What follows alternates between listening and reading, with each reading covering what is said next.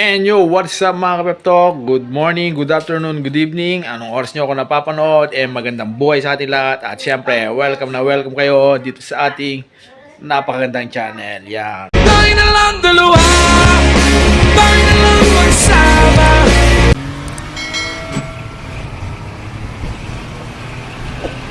On today's vlog, yan, dito tayo ngayon sa bahay. Review natin, check engine tayo dito sa ating napakagandang Honda City IDSi 2003 model. Ayan, start natin, papakitignan nyo naman. Yan, alagang alaga siya, naka-cover pa. Tanggalin muna natin yung cover, yan, para makita nyo yung engine. Yan, tapos yan, sariwang sariwa. Yan, so ayan, gaya ng dati. Yan, keyless siya. Pindutin muna natin. Yan, open na ngayon. So ayun, cold start to. Ayan, mapatunayan nga. Ayun nga, katunayan 100% na cold start. Kasi nga, kita nyo naman, may takip pa yung sasakyan. Ayan, tapos i-start natin ngayon. Tingnan natin kung ano. Ayan, pag start natin, umilaw lahat. Yan, yung diesel, yung EPS. Ayan, yan yung mga umiilaw pagka ini-start natin. Pero pagka na-start na siya, start natin. Ayun, so ayun, yan yung katunayan na cold start siya. Ayan, makikita nyo talaga cold start siya. Tapos yung tinakbo niyan is 227,822. Ayan, so ngayon ang titingnan natin yung makina. Ayan, buksan muna natin yung makina. Papatunayan ko sa inyo na walang issue tulad din nung ano. Tapos siyempre, yan, ninamuna natin yung radyo na naka-dashboard, naka-dashcam pa yan. Yan, so hinaan muna natin. Papakita ko sa inyo yung mga talsik, yung aircon, papatunayan ko kung gaano kalamig. Ayan ha, patunayan siyang cold start. Ayan, nakabukas yung pin. So buksan natin sa labas.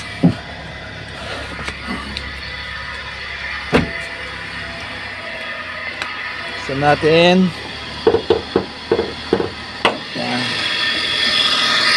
Ito na siya. Parang ang hirap yata. Ayan, para makita nyo kung may overheat o wala. Ayan, buksan natin. Ayan, nakakulan siya. Ayan, kulay red yung coolant. Ayan siya. Okay na kaya yung coolant niya, kulay red. Ayan, kung may overheat yan, tatalsik, bubulwak. Pero makita nyo naman, walang wala. Yung blow by, ayan, walang talsik, walang usok. Mostly yan sasabihin nyo kasi cold start, natural, wala pa. So mapainitin natin ng konti. Ayan natin kung mabubuksan ko rito. Wala, mahirap siyang buksan, pero still, tingnan natin sa loob.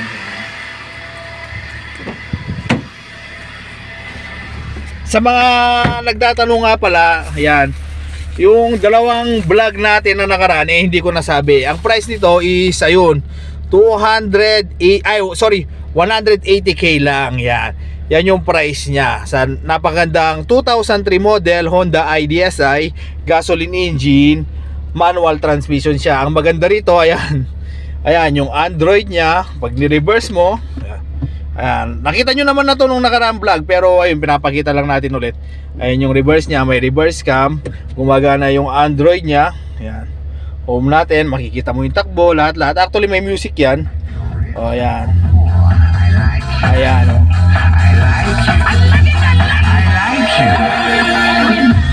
Ayan, hinala natin, baka makapiright tayo. Ngayon isisindi naman natin yung aircon para makita nyo kung gaano kalamig yung aircon. Ayan, in-start natin. Unang start, okay na okay kagad. Actually, pagka-start, makikita nyo number 1 lang siya. Ayan, tapos nasa gitna lang yung ano niya, yung thermostat niya. So, hindi ganoon kapwersado yung ano, yung makina natin, yung aircon natin kasi nga hindi pa siya nakasagad, number 1 lang. Pero napakalamig na lang aircon. Dito mararamdaman nyo, maaari ko sabihin gaya nga sinasabi ng lahat na pwede mo sabihin malamig, pwede mo ano na hindi mapapatunayan. So, ayun, titingnan natin sa labas. Ayan, medyo uminit na rin yung makina. Wala na yung ano, makikita nyo, wala na yung malamig pa na engine niya, na wala na yung ano niya. So ibig sabihin medyo mainit-init na yung makina, pwede na nating another i-test. Ayan, tinagalan ko lang ng konti. Actually 4 minutes na since nag-start tayo. Yun, so titingnan na rin natin. Super sariwa to, yung mga sidings niya. Makikita nyo naman, walang kagas-gas, walang kagalos-galos, walang kadens-dens. Okay na okay, sariwang-sariwa yung sakyan. Tapos tingnan natin na healthy engine din siya. Makikita nyo natin kung gaano healthy. So ayan, gumagana na yung aircon. Ayan. Tapos tingnan natin. Ayan, oh. Mainit na yung makina pero wala pa rin talsik. Nag-o-autopan pa, kung narinig nyo bigla nag-on. Yan, nag-o-autopan pa. Tapos yung aircon, kasi ano, napakalamig. Yun nyo, mag-moist yung kamay natin na makikita nyo. Ayan, oh. Meron siyang moisture. So ibig sabihin, napakalamig, napaka-good sa sasakyan. Ayan, kita nyo naman, may tubig sa kamay ko. Ayan, nagtutubig talaga siya. Yan. Kung talagang hindi goods yung ano natin, yung aircon niya, hindi siya ganun magtutubig. So, ayun.